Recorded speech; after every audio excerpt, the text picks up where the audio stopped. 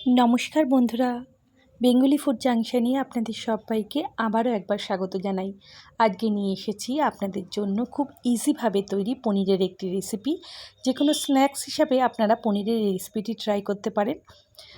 देखते अनेकटी पनिर पसिंदार मतोई हयेछे किन्तु खूब चटजलदी बानानो जाय देखे एटी एकटी पनिर पकोड़ार नाम दिएछि आमी एइभावे पनिरटी केटेछि। आपनारा चाइले आपनादेर इच्छे अनुयायी पनिरटी केटे निते पारेन।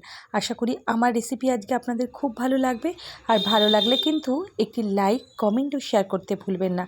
और आपनारा जदि आमार चैनेल आजके नतुन भिजिट करेन और चैनेलटी भालो लागे ताहले चैनेलटी सबस्क्राइब करे नेबेन।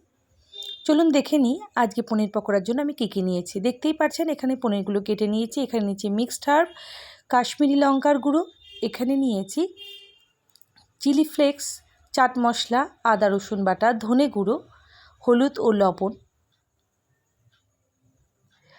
प्रथमे एकटी बड़ो पात्रे आमी पनिरगुलो साजिए रेखेछि। प्रथमेई बोलेछि आपनारा आपनादेर पछंद अनुयायी पनिरगुलो केटे निते पारेन।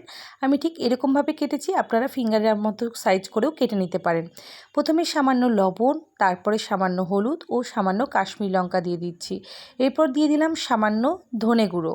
मोटामुटी घरोया उपकरण दिए आमी सब करेछि। एरपर दिচ্ছি कसूरी मेथी खूब सामान्य परिमाणे। एरपर सामान्य चाट मशला, तारपरे दिচ্ছি आदा रसुनेर पेस्ट, एरपर सामान्य चिली फ्लेक्स, एरपर आमी एखाने अरिग्यानो दिएछि। एटी पुरोपुरि अपशनाल, आमार काछे छिलो ताई आमी दिएछि।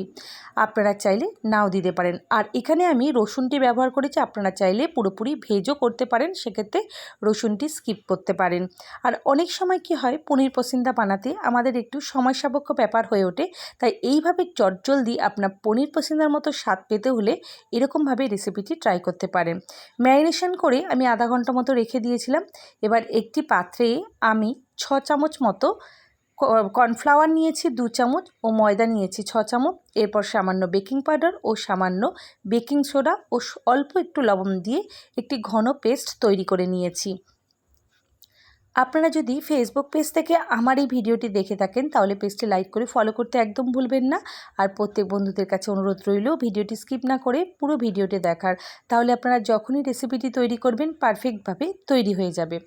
ব্যাটারটি এমনভাবে তৈরি করবেন যাতে খুব পাতলাও না হয় আবার খুব ঘনও না হয়, যাতে পনিরের গায়ে ব্যাটারটি ঠিকঠাকভাবে আটকে থাকে।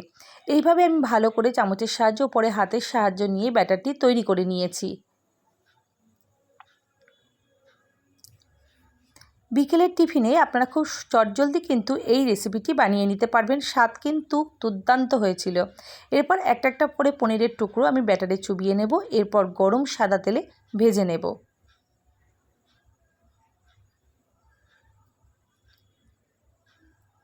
এক পিঠ ভাজা হয়ে গেলে আমি আরেক পিঠ উল্টে দিচ্ছি। মিডিয়াম ফ্লেমে আপনারা সব পনিরের টুকরোগুলো ভেজে নেবেন।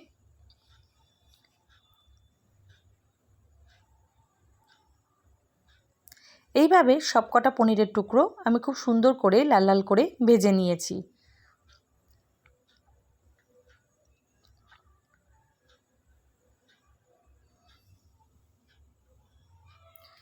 ব্যাস, আজকের এই রেসিপি পুরোপুরি রেডি হয়ে গেছে।